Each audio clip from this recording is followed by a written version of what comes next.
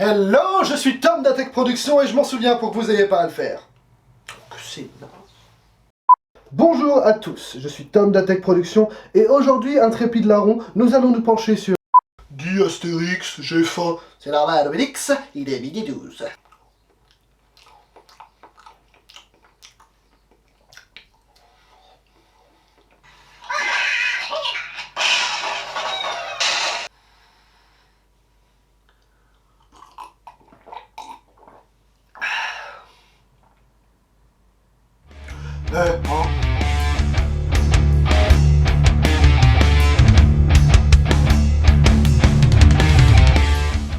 Bonjour à tous et à toutes, mesdames et messieurs, et bienvenue dans Flash Forward, votre nouvelle émission qui va débriefer l'actu des bandes annonces séries et ciné. Et aujourd'hui, je vais vous parler d'une nouvelle série de la chaîne américaine CW, que vous connaissez peut-être pour les séries Flash, Legend of Tomorrow, Batwoman, Supergirl, Arrow et Black Lightning. C'est la série Stargirl. J'ai pas eu l'occasion de voir beaucoup de choses sur cette série, j'ai juste vu quelques images promo qui ont traîné sur Twitter et Facebook, et c'est la première bande-annonce que je vais découvrir avec vous. Alors c'est la première bande-annonce que je découvre, hein, c'est pas la première en date.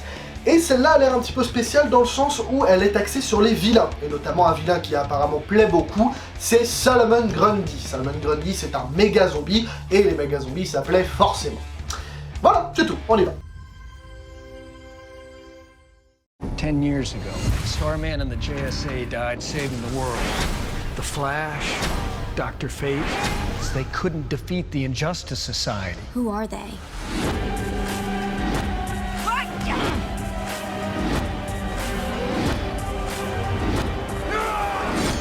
I believe in the Injustice Society of America. None of you were good with names, huh? Stripesy.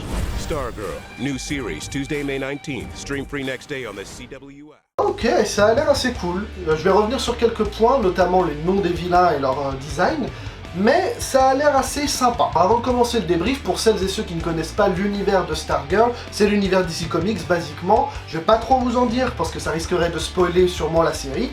Mais on va surtout revenir sur les vilains, étant donné que c'est le thème principal de cette bande-annonce. Donc c'est cool, il y a plusieurs bons points, il y a quelques points négatifs aussi, mais on va y revenir tout au long de la vidéo.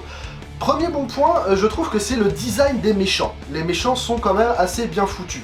Hein, de toute l'Injustice Society, notamment Solomon Grundy, qui, comparé à sa version de Gotham, fait vraiment maousse là dans cette série. Dans Gotham, il était sympa, il mettait des grosses tatanes, mais bah ça faisait plus un mec pas en blanc qu'un vrai zombie, quoi. Là, on a quelque chose. J'espère juste que ça va pas être un monstre qui va juste faire Great, qu'ils vont quand même le faire parler et le développer un petit peu tout au long de la série. Un truc qui me fait un peu peur par contre, de ce que j'ai pu voir dans les nouvelles images promo, c'est les costumes. Les costumes, notamment des gentils. Ça a l'air d'être tous des enfants, mais... je sais pas, ils ont l'air engoncés dans leurs costumes, ils ont pas l'air hyper à l'aise, les costumes ont l'air hyper rigides, donc ça fait un peu peur à ce niveau-là. Notamment les nouvelles versions de Hourman, Wildcat et Dr. Midnight. Dr. Midnight que j'aime particulièrement comme personnage. C'est un peu l'équivalent de Daredevil chez DC Comics. Au niveau de la mise en scène, ça a l'air un peu basique, notamment lorsqu'on voit le discours entre Stripes et Stargirl. Mais au début, quand on voit Stripes qui arrive en voiture vers le manoir qui semble être celui de la GSA, ça a l'air sympa. J'aime bien le plan où tu vois l'explosion, il y a la lune, le plan est assez dynamique. Apparemment, ça a l'air d'être... bon, c'est forcément fait en CGI, mais ça a l'air... il y a quand même du vrai, quoi. Et donc, du coup, on va revenir sur l'élément principal de cette bande-annonce, les méchants. J'avais déjà entendu parler de l'Injustice Society of America dans un épisode de la série animée Justice League, mais là, à part Solomon Grundy, il n'y a pas l'air d'avoir beaucoup de similitudes. Il y a beaucoup de méchants que je ne connais pas, pour le coup dans le lot je dois en connaître deux, Solomon Grundy et Sportsmaster, même si Sportsmaster je le connais beaucoup moins que Solomon Grundy. Donc on va commencer par Brainwave. Brainwave qui a l'air d'être un méchant apparemment qui a des pouvoirs mentaux, vu le nom. Je le connais pas dans les comics, je l'ai jamais vu, mais il a une bonne tête de méchant. L'acteur fait bien une tête de méchant, on le craint un peu déjà, ne serait-ce qu'en voyant cette image. Je pense pas que ce soit le chef de la Justice Society of America. Tigress, ça me disait rien du tout, je me suis renseigné un petit peu lorsque j'ai vu son nom apparaître dans des images promo. C'est apparemment une sorte de Catwoman, mais vraiment axée méchante. Autant Catwoman, elle a une relation amour-haine spéciale avec Bruce Wayne, Batman, spoiler. Mais elle a l'air vraiment axée méchante. Donc, étant donné, vu le nom, elle doit avoir des caractéristiques félines, entre guillemets. Elle me fait un peu penser à Cheetah, qui est une ennemie assez récurrente de Wonder Woman, mais au-delà de ça, je n'en sais pas plus. On a aussi Wizard qui a un design assez proche de celui de Zatanna, qui est un autre personnage de DC Comics. Il me fait un peu penser à Shade, dans le fameux épisode dont je vous parlais de la série animée Justice League.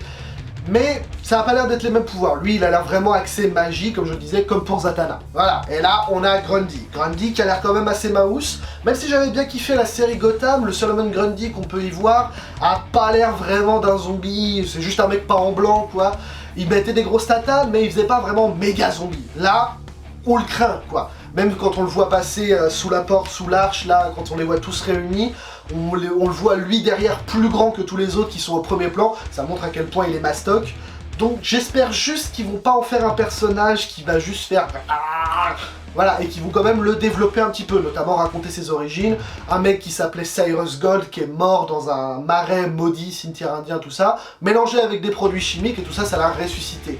Et quand il s'est ressuscité, il se souvenait juste d'être né un lundi, comme dans la comptine de Solomon Grundy. Pour celles et ceux qui ne connaissent pas, et bah faites vos recherches. Après Grundy, on a Icicle que je ne connaissais pas non plus, mais qui me fait grave penser à Iceberg des X-Men, notamment au design de celui du film. On voit pas trop à quoi il ressemble, il a pas l'air d'avoir masse de charisme, mais l'acteur est recouvert de CGI, donc ça nous permet pas de voir toutes les capacités de l'acteur ni du personnage. Sportsmaster. Alors Sportsmaster, c'est un vilain qui m'a toujours fait rire dans les comics, étant donné que basiquement son pouvoir, enfin sa capacité spéciale, c'est d'être super bon en sport. Voilà, c'est un peu l'équivalent de Taskmaster chez Marvel. Je sais pas si vous connaissez, ce sera le futur vilain de Black Widow. C'est un vilain qui a la capacité d'avoir une mémoire photographique, qui peut reproduire n'importe quelle action de combat en fonction de ce qu'il voit. Là, Sportsmaster, c'est différent, mais le design est assez proche. J'ai pas eu l'occasion de le voir beaucoup dans les comics, mais voilà, rien que le nom, moi perso, me fait marrer. Et pour finir, on a Dragon King. Dragon King qui me fait un peu penser au niveau du design au juge masqué dans Watchmen. Et je trouve que la cagoule, le fait qu'elle soit allongée, rentrée dans le col, avec le col justement remonté et tout, je trouve ça stylé, voilà. Au niveau du design, c'est celui que je préfère, avec Grundy, mais en termes de personnage de toute l'Injustice Society of America, j'ai l'air d'avoir un petit faible pour Brainwave, quand même. Je sais pas, ça a pas l'air d'être le leader du groupe, je pense que c'est plutôt Dragon King, le leader du groupe, étant donné qu'on le voit pas sur cette image. Mais Brainwave, ça a l'air d'être le personnage intelligent du groupe, genre c'est moi le plus intelligent. Voilà, moi c'est le genre de personnage que je trouve assez marrant. Et donc on a Luke Wilson qui va jouer Pat Dugan, c'est-à-dire Stripes, le sidekick de Starman, étant donné que l'histoire de Stargirl, c'est qu'elle trouve un bâton cosmique qui appartenait à Starman, qui était un super-héros, qui était membre de la Justice Society of America. Et apparemment, Stripes va devenir son nouvel acolyte. Stripes, pour ceux qui connaissent pas, c'est une sorte de mecha. C'est un type qui est dans une armure et qui est assez bourrin. Le personnage en lui-même n'est pas méchant, n'est pas bourrin ou quoi que ce soit, mais ça va être un peu une sorte de mentor pour Stargirl. Concernant la mise en scène, on n'a pas eu beaucoup l'occasion de la voir, étant donné que c'est un trailer de 45 secondes. Le montage est assez dynamique, c'est assez cool, mais bon c'est voulu, c'est un trailer, c'est pour te donner envie. Moi personnellement j'ai assez hâte de la voir, cette série. J'espère qu'elle va sortir assez vite sur la CW en streaming et qu'on puisse la voir. Merci les VPN. J'aime beaucoup aussi le plan où on les voit tous rassemblés, je pense devant Dragon King ou devant la Justice Society, étant donné qu'il n'est pas là et qu'on voit qu'ils sont clairement en train de regarder quelque chose. On voit Grundy passer sous l'arche, on les voit tous réunis, il y a une sorte d'unité, même s'il y a un espace entre les deux qui montre quand même qu'il y a des tensions, tu vois. Donc c'est sympa, ça explique déjà pas mal de choses sur l'équipe. Ma seule crainte, c'est j'espère que ça va pas être hyper kitsch. Même si j'aime bien l'âge d'or des comics où justement on voit Batman qui a une combinaison arc-en-ciel et tout, c'est assez ridicule mais ça casse un petit peu le statu quo des vilains qui sont tous hyper sombres, ainsi de suite. C'est un petit peu ce qu'avait voulu faire Gotham, justement. Tout l'univers est sombre, mais les personnages, les dialogues, les mises en scène sont assez fun, quoi. Du coup, mesdames et messieurs, merci beaucoup d'avoir regardé ce premier épisode de Flash Forward. Si jamais ça vous a plu, comme je l'ai dit, n'hésitez pas à laisser un petit commentaire, lâcher un pouce bleu, ça fait toujours plaisir, rejoignez la communauté Atech Production, et évidemment, mettez la cloche, activez toutes les notifications si jamais vous voulez un autre épisode. Sur ce, c'était Tom d'Atech Production, et je vous souhaite une très bonne journée.